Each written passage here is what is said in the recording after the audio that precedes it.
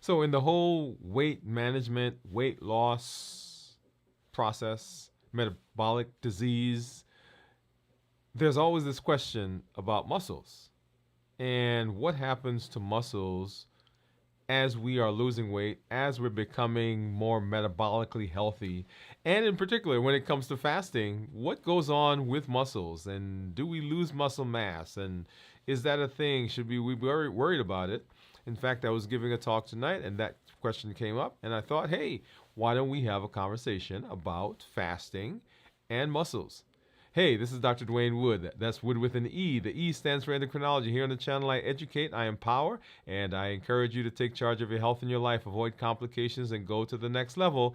And in this year, new you. I'm talking to adults with type 2 diabetes who want to put their diabetes in remission, get off of medication, get metabolically healthy, and who want to reverse their diabetes. That's right, reverse their diabetes. If you're new, go ahead and put new in the comments because I'd love to welcome you with a hand clap and some music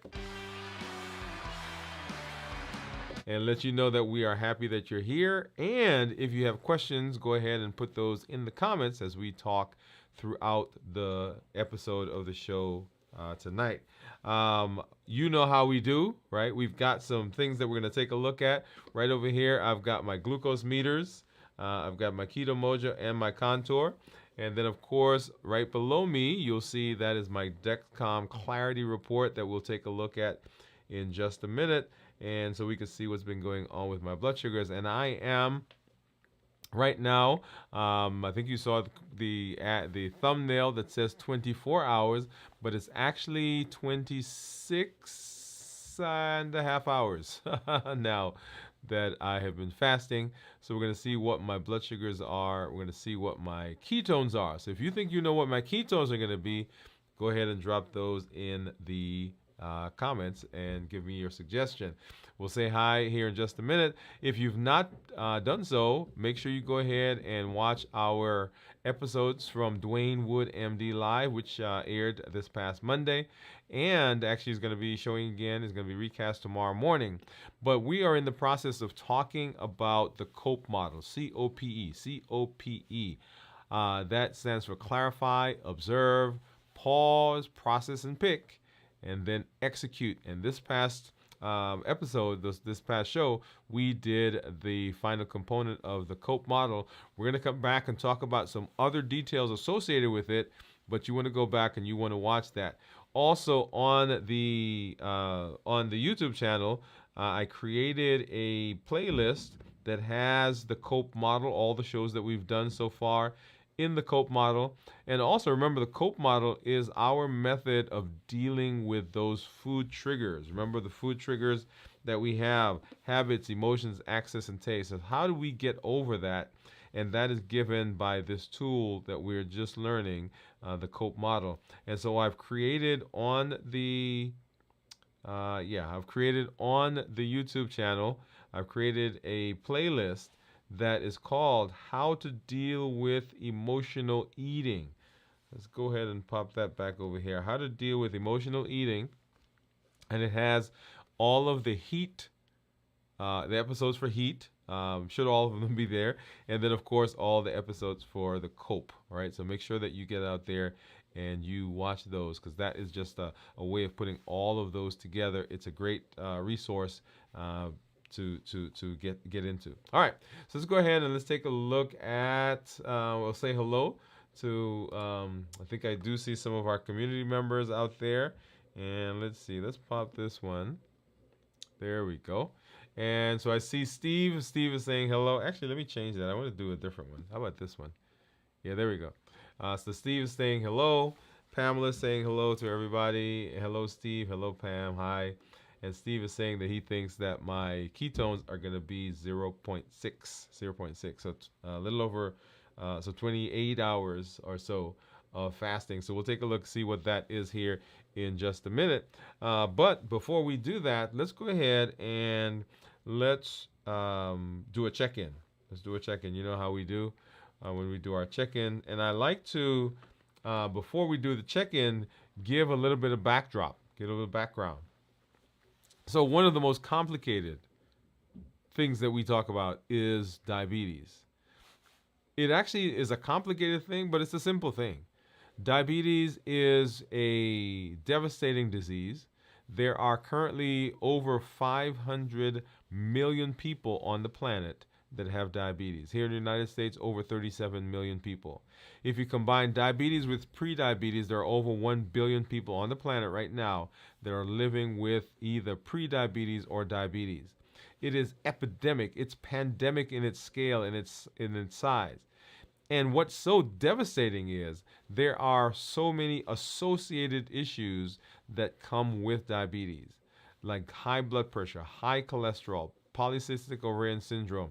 There is metabolic syndrome. And all of those are precursors or spectrum along the spectrum of diabetes. And diabetes is the prototypic metabolic disease. What does that mean? That means that if we can find a way to treat diabetes, then those same mechanisms can potentially treat the other diseases. Right? So that's what we're talking about. Remember, I said we're talking to adults with type 2 diabetes, but just because you don't have diabetes doesn't mean that this doesn't work for you. In fact, see there across the bottom of the screen. So all of those diseases and more will respond to the things that we do for diabetes. And so in this space, we've been talking about how do we reverse diabetes? How do we get you off of medication? How do we set you up to be metabolically healthy? That's our goal. And one of the tools that we've been using is this tool of fasting. We've learned several, and you'll see those there across the bottom as well. And one of the most powerful tools that we have is the tool of fasting. Why is it so powerful? Because fasting hits all of the pillars of reversing diabetes. Fasting hits all of them. Remember, the pillars are decreasing insulin, suppressing the appetite, and reducing sugar. And when we fast, we get all of those. So as we are moving into the space of becoming more healthy, more metabolically healthy, we're using fasting as one of those. And so how do we fast successfully? That's what we do when we talk about our fasting shows. When I do a check-in, that's the space that I'm in. And so want to set us up for success as we are harnessing the power of this tool. So that's the backdrop. That's where we are. That's where we're heading. That's why we're doing what we're doing. And so in the process of fasting, I want you always to think about doing a check-in. In fact, if you are doing anything at all where you are working to try to improve, whether it's your health, your finances, and so forth, you always want to do a check-in to see, okay, how are things going? Are they working like I expect? Do I need to make a pivot? Do I need to make a shift? Do I need to bring some more resources to bear? All of that comes in as you're doing your check-in. And then the check-in is a way for you to celebrate also.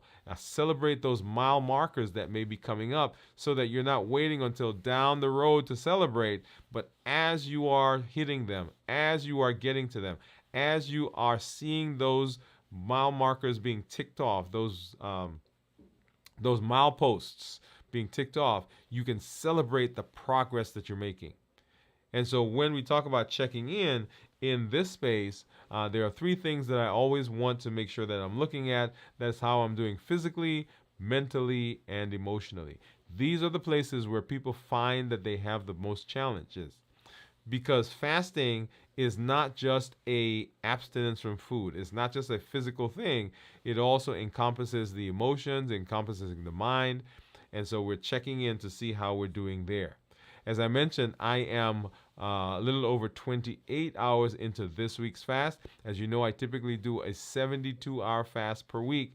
Last week, we did a 96-hour fast, and I've encouraged everyone that can to once a week go through and do a fast for 24 hours. In fact, that was one of our challenges when we started the whole process, right? So 24-hour fasting once a week. And most people should be able to do that. You want to start slow. If you currently don't fast at all, don't just hop up and say, I'm doing a 76, 72 hour. You want to make sure that you're working your way up to that. And the first goal is to be able to get to 24 hours.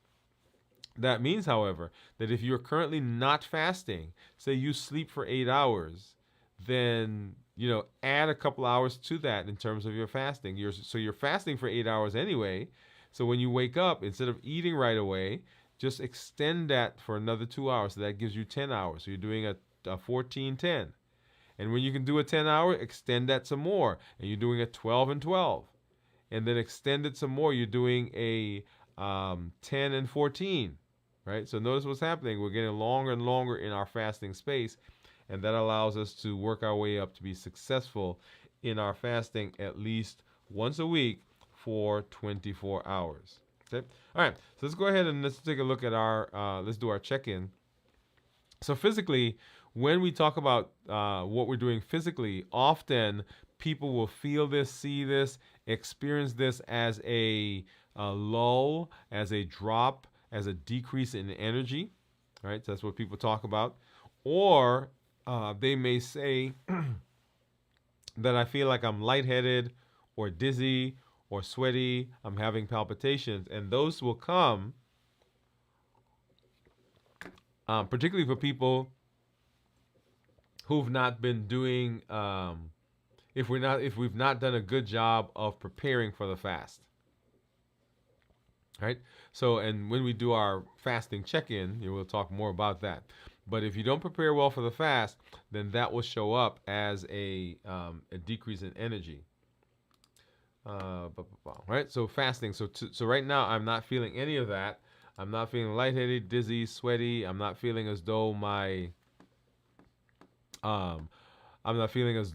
energy is down. One of the things that we will sometimes feel if we are not hydrated is the palpitations. So remember, palpitations can occur if you're not hydrated, then your blood level, the volume goes down. And if my body is still trying to get the same nutrients, get the same amount of oxygen to the same places, in order for that to get there, the body has to speed up the heart rate. So the heart rate goes faster, so we're moving the blood faster because the volume is lower. So sometimes if you're dehydrated, then you can feel that as palpitations as well. Okay? So that's how I'm feeling physically. Mentally, I'm feeling clear. I'm feeling sharp. I'm not feeling dull as though I'm walking through a bubble or hazy or cloudy, any of those words. That also sometimes will go with if I've not done a good job of my rest. If I'm not resting well, I'm not sleeping well, that will show up in the energy. It won't show up physically, but it also takes a toll on my mentation, right? But right now I'm feeling good. Had a fun time tonight talking with a group of folks, and that was a fun conversation. If you're out there, thank you for having me with you. We had a great time sharing and talking and learning together. So mentally feeling good, and then of course emotionally, and I'm feeling excited. I think I've mentioned to you before that whenever I am on, whenever I'm doing a live, whenever I do a talk, whenever I do a presentation, after the presentation, you can probably screw a light bulb into me and that light bulb will go on because that's how much energy I get from that interaction. And I love to hear people's questions and see the lights go on and see them make connections. And so whenever that happens, I'm excited. And so tonight we had the opportunity to do that. And so I'm pretty pumped. So if you got anything you need to run, just run a wire over here and plug it into me because we're a little wired. Okay. All right, and then let's go ahead and let's hop over and let's take a look at what my blood sugars are doing. And you saw one of those earlier. Let's go ahead and pop this back up. And this is my Libre, my Freestyle Libre. I think this is actually a Libre Plus. But you'll see there that my blood sugar is 82. And so for most of today, my blood sugar, at least the last 12 hours, has been below 150. I changed my targets to be 70 to 150 because I don't want my blood sugars getting above 150 without me knowing. So I've changed that. So on your machine, when you first get it, it's probably set to 70 to 180, which is the default for most of them, but I've adjusted mine. The other reason for that is when I look at my graph, it will tell me that I'm in target whatever number of times or whatever percentage. Well, if I'm 179 on average, then I'm still in target according to that range. Well, 179 is not the number I want. As a matter of fact, I tell people they should shoot for about 120, right? Between 100 and 120. So for me, I want my range to be tighter so that I'm alerted more frequently or often when my blood sugar is climbing. And that is a behavioral thing. Okay? It's something to remind me or to point me in the direction of saying, okay, now you have to be more careful, or that thing that you're about to eat has the potential to raise your blood sugar. So it's just something that helps keep me. One of the things that I've talked about in the past is this idea of guardrails, right? So this is one of my guardrails. It helps to keep me on track. So that's what my blood sugars are according to my Libre. And then if I go over here to my Dexcom, you'll see a similar graph as the blood sugar over the last 12 hours has been there. And this one I can actually put my finger on the graph itself, and you can see what my blood sugars have been running. So 90 now, and then 90, 90. So there we flipped into the hundreds right around 6 p.m., 6:40 p.m. And then going back, and all the way to about noon. And of course, if I change that to 24 hours, we can see what the blood sugars are into last evening. Okay, so we'll take a look at that some more as we look at what my monitors are or what my blood sugars are on the Dexcom Clarity. So let's hop over and let's take a look at my Keto Mojo and my Contour. And so, the Keto Mojo will give me ketones and will also give me glucose. The Contour gives me glucose. And so let's go ahead and get a strip into that. And we have this. I use this because this is the one that we use in the office. Right, pop that in. And once again, I think Steve said that he thought my blood sugars were going to be, or my ketones were going to be 0.6. So if you think go ahead and pop that in. All right, so we got the blood sugar there. And then I'm going to still go ahead and open this one as I normally do because I don't want to stick myself more than once. And I think, oh no, I think I'm out of, oh, there you go. I thought I was out. This is my little handy tray. I thought I was out of the Lancets, the ones I like. They're not the least painful ones, but they are the ones that give me a consistent blood sugar or consistent drop of blood. And so these are, you just kind of screw off the top right there, and then you'll see there should be there's a needle right at the end, right? And this typically goes into a lancing device, and you press the button and it pops it up and it gets you a finger stick. So I usually just take this and I find a finger, and I use the same one often because it, well, I guess it gets calloused a while and doesn't hurt as much. But sometimes when it doesn't hurt as much, that means that you're not getting a deep enough prick.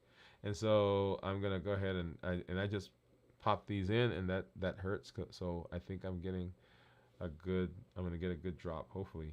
Okay, let's go ahead and, yep, there we go. So it's actually smaller than I thought it would be. Okay, so I got that in, and we can see what that is. And then here's my Contour. And while those are running, so 91 for my Keto Mojo. And while those are running, I'm going to get another drop of blood. Okay, so 93, 91.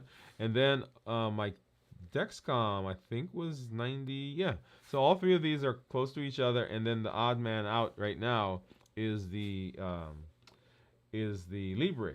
So let's go ahead and pull this strip out. Let's go ahead and get my ketone strip in. And go ahead and get that started. Okay, And of course, as I normally do, I'm going to tease you guys because I'm not going to show it to you right away. But that's all right. You'll come back and we'll take a look at what that is. Okay? All right. There we go. And so let's hop over now and let's have a conversation. Before we do that, let's go out and see if, look at who's out there.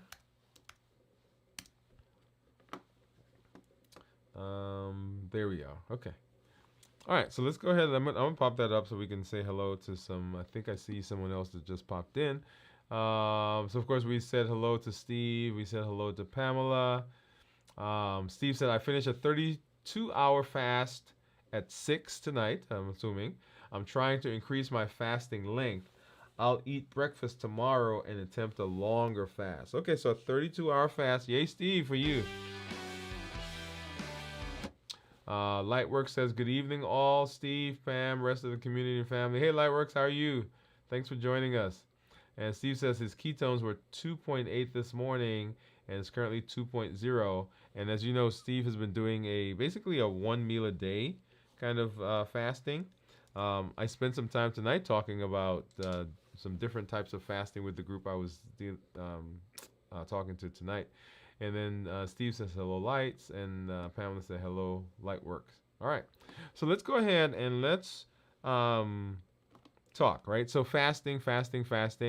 Now I tell you, so I am working on my 6-pack right there, and so I'm working on the lower right pack right now. So not all 6 at one time, just the lower right one. That's what I'm working on right now. But one of the questions that people have often is what goes on with fasting as it relates to muscles, right? So does fasting cause muscles or cause muscle loss? And so that's what we're going to spend some time talking about tonight. And once again, I am a little over 28 hours in fasting in this week's fast. And so Steve, you're ahead of me there at 32 hours. So we're going to see. He said I'll break breakfast tomorrow and attempt a longer, right? He finished a 32-hour, and then he's going to start. He's going to eat breakfast tomorrow, and then he's going to start a longer fast. And Steve, if you don't mind, just drop in the chat. Why are you extending the fast, right? We can talk much about what to do, how do we do it, why people do it. But why are you specifically doing a longer fast? Okay, so let's talk about this.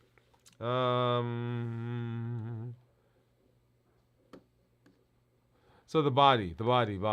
So during fasting, what's going on? So during fasting, the body shifts its fuel sources. So remember, in fasting, what we're doing is we're cutting back on we're stopping the introduction of calories, right? In this case, we've been doing no calories in our food,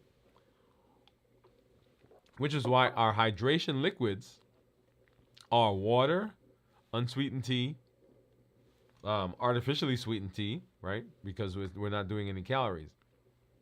And so during that process, the body switches from glucose to fat as its primary source.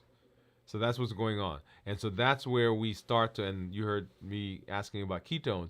So that's where we start to see this, have this idea of ketones, right? Because we want the ketones to be a certain thing. We'll talk about that here in a minute. So the body becomes protein sparing during that process. So what it's doing is it's burning fat. And so as we're burning fat in fasting, the body becomes protein sparing, and this helps to protect the muscle mass that you have. One of the points I made earlier tonight was that as we're losing weight, we are going to lose some muscle, depending on how much weight we're losing. But the ratio of fat to protein, that is muscle, that we lose is much larger. Okay, so during this process, during fasting, we switch from glucose to fat. And then the body becomes muscle sparing or protein sparing, and that helps to preserve the muscle. And then the other thing, the big thing that happens is that the human growth hormone levels go up. Yep. So human growth hormone is the hormone that helps to protect your muscle mass. So during fasting, it goes up, and this supports the preservation of muscles. In fact, there are people who do what are called fasting workouts. Fasting workouts. That is a workout that they do while they're fasting, because when you fast, the human growth hormone goes up, and that helps them to bulk up much quicker, and it's a much more solid um, muscle gain, if you will. Right. So during fasting, those are the things that are going on. Their body's shifting fuel sources and doing other things. And so let's talk specifically about human growth hormone.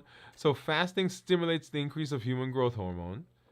And human growth hormone, as I just said, plays a critical role in maintaining muscle mass, and it also promotes fat metabolism. So not only am I getting better muscle mass or muscle mass maintenance, but I'm also promoting during the fasting the burning, the breaking down of fat, because human growth hormone also stimulates that. Okay? And so the higher levels of human growth hormone help to protect the lean muscle mass during fasting periods. So when you are fasting, then your lean muscle mass is preserved, right? It helps protect it. Now, we'll talk about, some things you can do that will help to enhance it.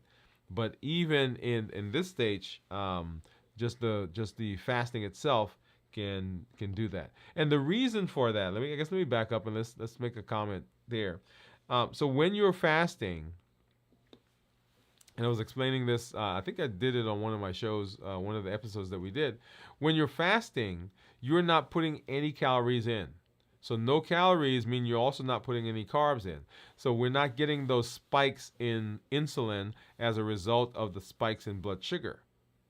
When you cut back on calories, when we're calorie restricting, what happens is we're still eating, but at a lower amount of calories. And so the body is still responding to spikes in blood sugar by raising or lowering the insulin. And when we raise or lower insulin, that causes the body to decrease its metabolism, because it says, hey, I am still supposed to be getting calories, but I'm not getting as many calories as I want, so I'm going to decrease the metabolism. And that is a direct result of the spikes that we get in sugar and insulin, because the body's still expecting it. But when we do not eat, when we are fasting, there is no spike in blood sugar, there is no spike in insulin, and so as a result, the body does not switch its metabolic rate. It doesn't decrease it. It actually enhances it, because it say, I've got to go find food, I've got to go find energy, right? And so that's one of the reasons why we don't get the muscle loss that we will see when we are calorie restricting.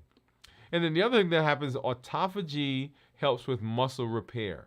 Autophagy, if you remember, is that process. It's the cellular cleanup process that goes out and finds broken, damaged, unused, misshapen cells that aren't working, and it takes them, it recycles them, and then brings them back into the system as new elements, new components. So the body's natural process for cellular repair happens during autophagy. And guess what it can repair? That's right, it can repair damaged muscles. And it helps muscles that are damaged during fasting. It promotes muscle recovery. Right? So when you're exercising, this is one of the reasons that sometimes people do fasting exercises, because when you are exercising, particularly if you're doing bodybuilding and you're bulking up, then what you're actually doing is you're tearing, right? You're tearing those muscles. And those muscles, the fibers are being broken, and then they rejoin, or they, I guess I shouldn't say rejoin. Then those muscles are built up again, and autophagy helps that process to go smoother and go more efficiently. And then fasting can promote muscle repair and regeneration through autophagy. So autophagy is that amazing process that goes on in the body. Okay. And then we have protein sparing effects of fasting. After about 24 to 48 hours, the body shifts to fat burning, shifts to fat burning and protein sparing. Remember, your liver stores about 100 grams of glycogen. And that glycogen that's there goes away right at about 24 hours. Right? It stores glycogen and it stores water. Of course, it stores, 3 times the water as it does glycogen. So if you're storing 100 grams of glycogen with 3 grams of water, that's 400 grams of weight that you can have in the liver that has to go away. And so anyways, for 24 to 48 hours, then the body's shifting to burning fat during that process. And it's sparing protein. All right, so muscle proteins are preserved while the fat is used for energy. And the body doesn't go to break down that muscle or those proteins until it has decreased the amount of energy that it has as it comes to fat. So the body prioritizes fat over muscle for energy.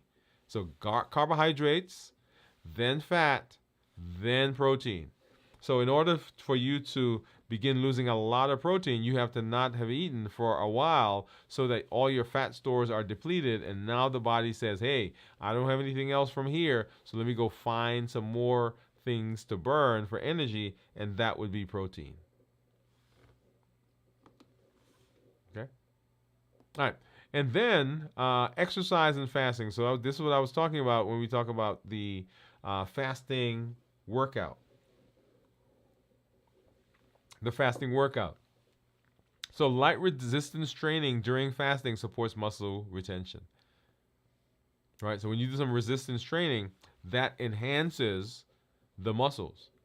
And so what you can do for people who are concerned, if you're fasting, then go do some light workout, and that will help preserve the muscles. You want to make sure that you are doing strength training to prevent that muscle loss. So not just aerobic, because exercise stimulates the muscle protein synthesis even in the fasted state. And so because we have growth hormone, because we're protein sparing, because we're burning fat, if you look at somebody who is exercising and fasting, you'll see them to begin to have more definition. Right? So that's the beauty of the fasting exercise or fasting workout. So are there best times? Are there best times for exercise while fasting? So the optimal time to exercise during fasting is at the end of the feeding window, right? So if you've been fasting and you start eating, and just as you're about to end that feeding window, that eating period, then you fast. So then you do the workout.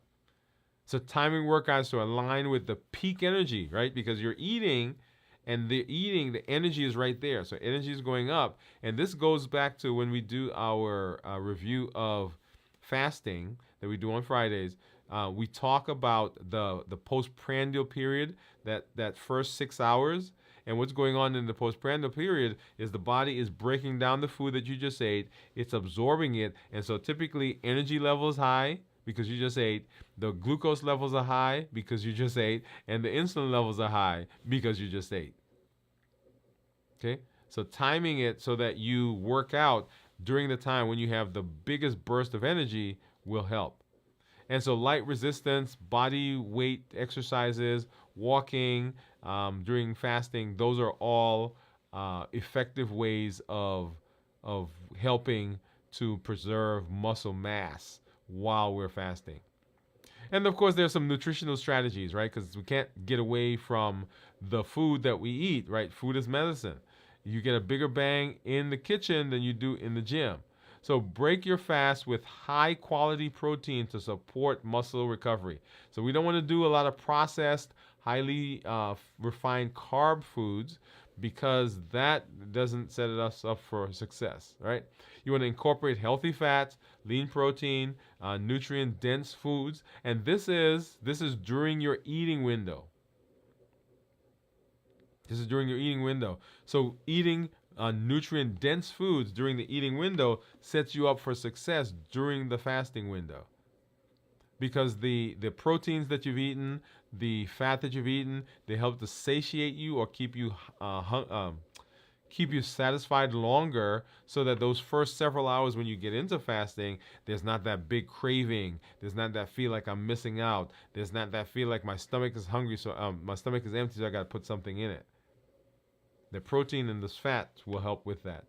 And then you want to consider some supplements. Use some collagen, some creatine, some BCA, branched chain amino acids. These all will help to support help to support muscle preservation. So there's some nutritional things that you can do as well. So when we're feeding, right? What do we want to do? We want to be strategic in our intake of protein and healthy fats. We want to avoid overeating or binging, because some people will do that, and what they do is they basically undo the benefits that they had during the fasting. Right? I can tell you, I am guilty of that sometimes. I've done that, right? So you get so caught up in the process of eating, breaking the fast, or if you didn't plan well. We talked about this in our one of our check-ins. If you didn't plan well, you just grab whatever's there, and the thing that you break the fast with is the thing that you tend to eat for the next 24 to 36 hours. So if you're breaking the fast with high carb, high processed foods, that's what you're probably going to eat, because your body is craving it. Now you've stimulated the appetite, and so that's what you're going to go for. Okay. So you want to avoid overeating. You want to avoid binging. You want to focus on nutrient-dense foods. And then gradually refeed. Gradually refeeding helps rebuild glycogen stores and supports muscle repair. Right? So we always want to do what is safe and what's best for us. And then, so in summary, right? Fasting and muscle preservation. So fasting does not inherently lead to muscle loss. The body shifts from fat metabolism and protein or muscle sparing, right? So it begins to spare the muscle. And then human growth hormone, autophagy, exercise, nutrition are key components in preserving muscle mass during fasting. Right? So those are a lot of things you can do to help preserve your muscle mass. Awesome. All right. And let's go ahead and we're going to take a look at my my clarity report here. But before we do that, let's go ahead again and say hello to I see. Okay, so Pamela says hello, Lightworks. Jennifer, howdy y'all. Hey Jennifer. So Jennifer, hello Jennifer. I hope I get into autophagy to improve my cell health. Steve is saying. Jennifer, thanks you for stopping through. Just looking and always excited when our community members are here. Okay, so let's go ahead and let's take a look at my report. Okay, let's grab my clarity report, and you'll see that coming up there on the screen. And let's get my mouse turned on, and let's do this one. Okay, so you'll see on the screen there that my average blood sugar 131. This is over the last 2 weeks. And I am in target 84% of the time, which is a target of 70 to 180. And remember, I talked about this at the beginning with changing my settings to be 70 to 150, because I want to know before we get to 150 what my blood sugars are. I don't want it to get up there. I want to take care of that before then. And then my glucose management indicator is 6.4. And the glucose management indicator is a calculated value that estimates what the system thinks that my A1C would be. So based on the numbers that I'm getting from the continuous glucose monitor, it estimates what my blood sugar will be, or my A1C would be. And sometimes I get questions from people about why there's a difference between what the actual A1C is and what the glucose management indicator is, and it's simply because it's a calculated value. Like a lot of the continuous monitors, they get blood sugars every 5 minutes. Well, during the 5 minutes when it didn't get it, that is included in the A1C when we check real blood. So you're getting more denser group of representation of blood sugars, whereas with the glucose management indicator, which is an estimate, which is a calculation, you're not getting as many blood sugars. Okay? All right.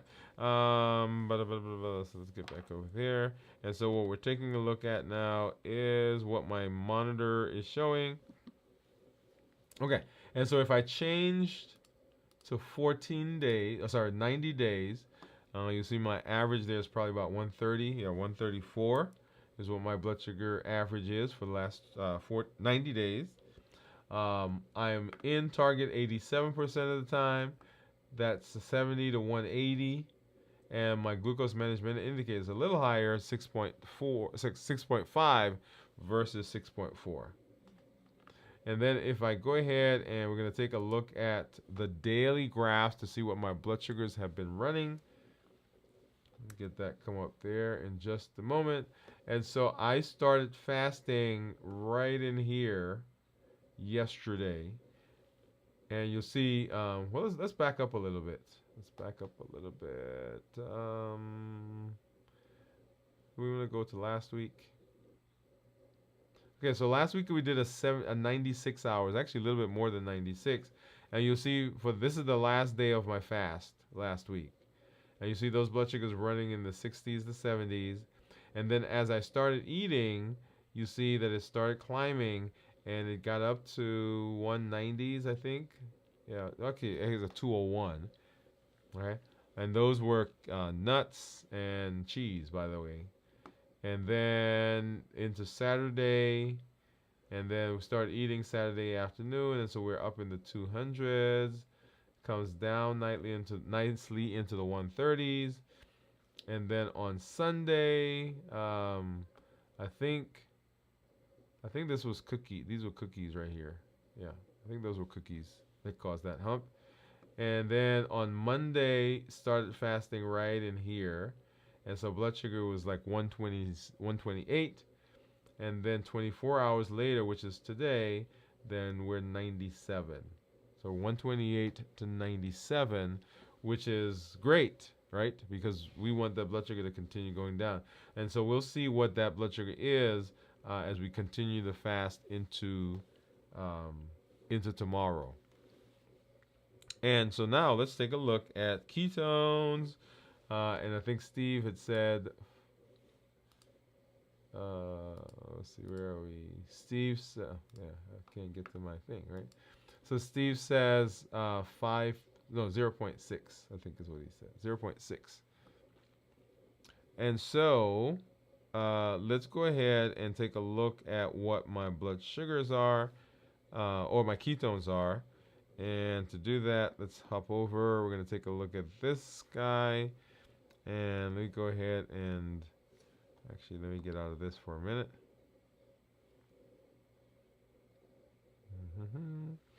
And so we're pulling up this is my Keto Mojo app. Let's get this one off the screen and go ahead and pop this over.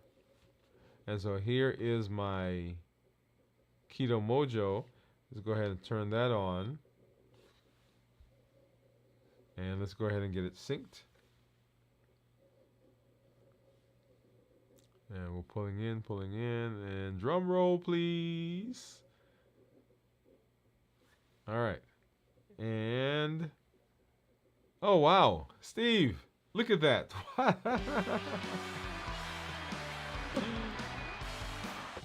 So my blood sugar was 91, and my ketones, just like Steve said, was 0.6. Very good, Steve. So what's your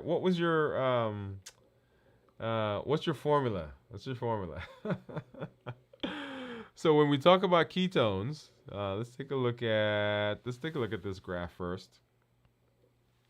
And so the turquoise line that you see there, that is blood sugar, that is ketone, and then the tan line, those are blood sugars. So as I started eating, my blood sugar went up and my ketones went down. Because remember, when blood sugars spike, insulin has to come out. And when insulin comes out, then ketones can't be in the same space. So ketones and insulin can't be in the same space. So when one goes up, the other goes down. And so as I ate, my blood sugar went up, and insulin had to come out to kind of combat that or keep the numbers reasonable. And as a result, my ketones had to go down. So, and you'll see my ketones are 0.6. So when we talk about ketones, we want ketones to be a 0.5 or higher. Let me go through that process. So ketones that are less than 0.5 are considered normal. 0.5 to 1.5 are considered nutritional ketosis, and then above 1.5 considered therapeutic ketosis. So if we're talking about ketogenic, being in ketosis, switching to fat and burning fat to create ketones, we're talking about ketones of 0.5 or higher. All right. So as you are talking and as you're seeing people who are on a ketogenic diet, that's where we want them to be. Now, there's benefit to having blood sugars in a lower range where we cut back on carbs and we're not eating as much and we're still kind of moving in the direction of burning calories, but we're not getting the benefit of ketones unless we're in ketosis, right? So 0.6 is what I am right now, yay. And let's see, let's go back and see what was I when we checked in last night. Yeah, so last night you'll see there, let's pull that up. My blood sugar was 109. That was right after we started fasting.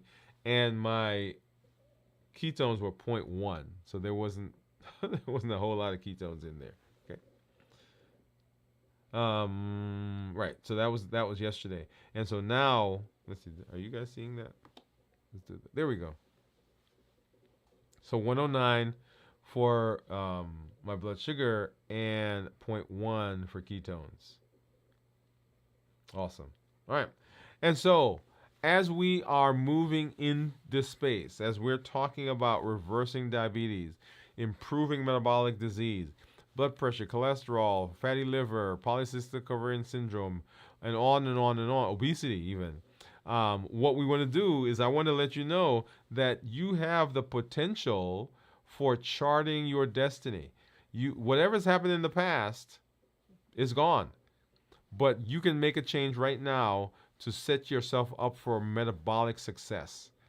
It does not have to go like it's been going, because if you keep doing the same thing you've been doing, you're going to get the same result that you've been getting. And we want to make a change, right? New year, new you. New year, new us. And so the process of making that change is what sets us up for success. And you have unlimited ability to chart your destiny. Within your fingertips, within your grasp, are the things that you need to set that in motion. And we do that here on the channel with our Triple E formula for success. We educate, we empower, and we encourage. We educate, we empower, and we encourage. We educate with the shows that we do, like right now, with the blogs, with the podcast. All of that is with the intention of changing, switching, giving you a mindset switch, mindset change. And there was let me see if I can, let me go ahead and see if I pull this up really quickly. So education, right? So we educate, and all the things that we're doing, because we want to set you up for success. We want you to know that you can have a growth mindset, a growth mentality. It doesn't have to be like it's been. And so you can do that by education. Education is a huge component, and that's what I want to, if I can pull up here. There we go.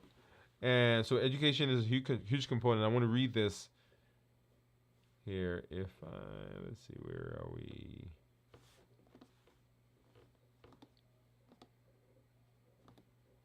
Okay. Let's get back. Yeah, here we go. So education, right? So we educate, right? So to grow, we must first learn. To grow, we must first learn. Through education, we build a foundation of knowledge that enables us to see beyond our current limitations and expand our possibilities. That's what education does. Education helps us to build a foundation so that we can look, we can see beyond where we are, and to know that we have possibilities. We have unlimited possibilities, right? We can expand our possibilities. So we educate, and then we empower. And empowerment, so knowledge comes alive when we gain the tools to use it. If it's on paper, it's just on paper. It's just knowledge. It's some stuff you learned. But when we get those tools, then we are giving life to the things that we've learned. So empowerment is about acquiring the resources and skills necessary to take bold, transformative action in any area of our life. Here, of course, we're talking about our health, but it can be expanded to other areas. So we educate, we empower, and of course, we encourage. We are stronger together.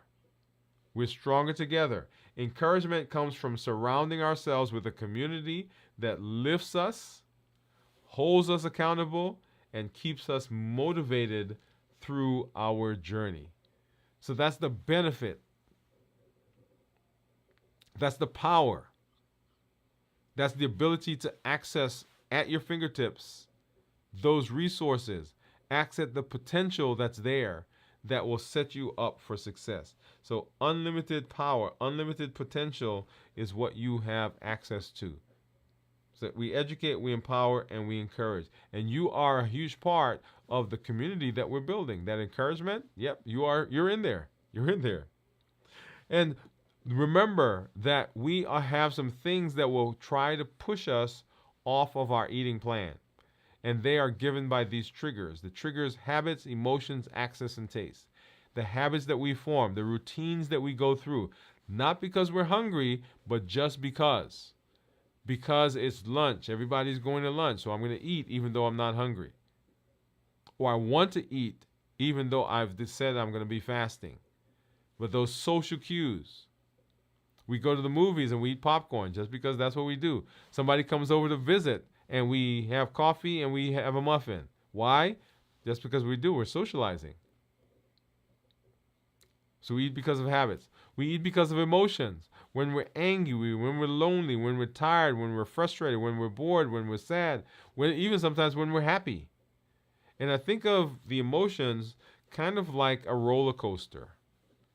The roller coaster is moving, and when that car gets to the top, it doesn't matter what you do. You can yell, you can scream, you can shout, you could jump up and down. Guess what's going to happen? That car, that roller coaster car, it's coming down the other side. And so when your emotions get so high, when they get so tight, when they get so intense, then they will push through the decisions you've made. We've talked about the amygdala, right? That primitive brain that's responsible for your survival. When it gets hijacked, when it hijacks the process, the system, then what you decide is going to get plowed over by the emotions. And so our goal is to make sure that emotions don't get that high so that we don't have to, plow through what we've decided. And then, of course, access. Access is your environment. What do you have around you that is a trigger? There are certain things that I have that I know are triggers, and I can't bring them in the house. I can't bring them in the house, y'all. A couple of weeks ago, we did a check-in. Was it this week? We did a check-in where I told you the things that I bought because they were on sale. Not a good reason. Not a good reason. And not a good... that was not a good eventuality. Okay? So we eat because of access, because things are right there. You walk by a coworker's desk and they have some candy, you grab one. Not because you're hungry, but just because. You walk out of your study, you walk out of your room and you go into the den, to the kitchen. Or walking by the kitchen, you see that bowl of fruit. Or you go into the pantry, you go into the refrigerator, and you get something because it's there. Not because you're hungry, but just because it's there. And then we eat because of taste. Habits, emotions, access, and taste. And the taste has to do with the bliss point, that perfect combination of sugar, salt, and fat that the manufacturers put together so that when you eat that, you can't just have one. You say, oh, okay, I got to have some more. And remember, we're not usually chasing the food. We're chasing what the food did for us or does for us, the memory that it brings back. of that time when we went to that place and we ate that thing and we felt that way. We felt so good. Or the calm that that chocolate brings over you. Or that mindset, that space that it puts you in. So we're chasing the buffering behavior. That's what that's called. The thing that is removing us from feeling what we're feeling. We're buffering. So we eat because of habits, we eat because of emotions, we eat because of access, and we eat because of taste. And then remember our pillars for reversing diabetes. We decrease insulin, we suppress the appetite, and we reduce sugar. And fasting is a powerful tool for doing that because it allows us to hit every single pillar with fasting. That's the beauty of it. That's the power of it. And then our call to action is this. When you come, when you're in the space, when you show up, when you watch the videos, when you are part of our audience here, or part of our community, I want you to make sure that you are saying what's going on, right? Claim your seat. Say, I'm here. Right? I'm here. Do the challenges. Every month we have a challenge that sets us up for success. It allows us to practice, to go through the things that we are doing, the things that we're learning in the education piece, right? It is the active, it is the arm, it is the action arm. It's where the things that we learn get life. Don't just let those be things that are on the shelf. Don't just let them be things that you watched and, oh yeah, I watched that video. But go ahead and get in there, jump in and do the challenges. Every month we have a new one. And then when you come, say what's going on. Tell us the successes you've had. Tell us, like Steve is saying that he fasted. Tell us what's going on in your A1C. Are you off of certain medications? Has your blood sugar improved? Has your weight improved? All of that, when we see you can do it, then we know that we can do that as well. When you are having challenges, share that with us as well so that we can rally around you so that you know you're not alone and then we know that we're not alone because we are all a community. And then invite a friend. Over 1 billion people on the planet with diabetes or pre-diabetes. You can be the voice of change in your community, at your doctor's office, in your home, in your surroundings. You can say, hey, we don't have to keep doing it like we've been doing it. We don't have to keep having heart attacks. We don't have to keep having amputations or go on dialysis or any of the things that are associated with it. We can make a change right now. Send somebody a link and say, come, let's go watch this together. Just like we have the playlist that we did for the how to deal with emotional eating, right? That's a great one to start with. That's a great one to look through. That's a great one to begin dealing because most of us, and I think I asked last time we checked in, most of us, we struggle with food and emotions. If we go back to that heat model, I have 3 of them: emotions, access, and taste. That's what I struggle with. Habits, not so much, but those 3, oh yeah. Okay? That's what we do. And so make sure that you're coming, make sure you are saying what's going on, make sure you're sharing in this space because we would love to say that we're proud of you because we are, and love to know that you're having good success. As always, I am excited to be with you, excited to be in this space. Exciting to see our community that's out there. If you've not done so as yet, remember we have our community meetup, which is happening on the 31st of this month. If you have the Zoom link, go ahead and sign up if you've not done that yet. I know there's several of you who have signed up. And let me go ahead. I'm going to put that in the chat right now. So if you've not signed up yet, here it comes. Okay, here it is. So here is that's the Zoom link to sign up for our community meetup, and it's going to be 7 o'clock on the 31st. We do that on the third Thursday of every month. We have to change it this month because I'm doing some things with the family, but we will be doing that. And during that episode or during that meetup, we'll be sharing some of my blood work that we had done a couple weeks ago. As I mentioned, I saw my physician this past week, and I was excited. He was excited. We had some great conversation around what's going on in my life and in my health metabolically. And then, of course, there are the playlists that you'll see coming across there, and those you can share with your family, with friends. You can watch them together. I am once again excited that you are here, that I was able to come in and spend some time with you. We'll have a check-in tomorrow, and then our check-in for Friday is likely going to be a pre-recorded one because, like I said, I'm doing some things with the family. But Saturday at 9 p.m., we'll have video from the vault. And then on Sunday at 7 a.m. Central, we'll have This Week in Review. And then on Monday, we will also come back and we'll do Dwain Woode MD Live as we continue our New Year, New You series as we work on reversing our diabetes. As I always say, this is Dr. Dwain Woode. That's Wood with an E. The E stands for endocrinology. Here on the channel, I educate, I empower, and I encourage you to take charge of your health and your life, avoid complications, and go to the next level. And in this year, New You. Good night, everybody. We'll see you at our next show.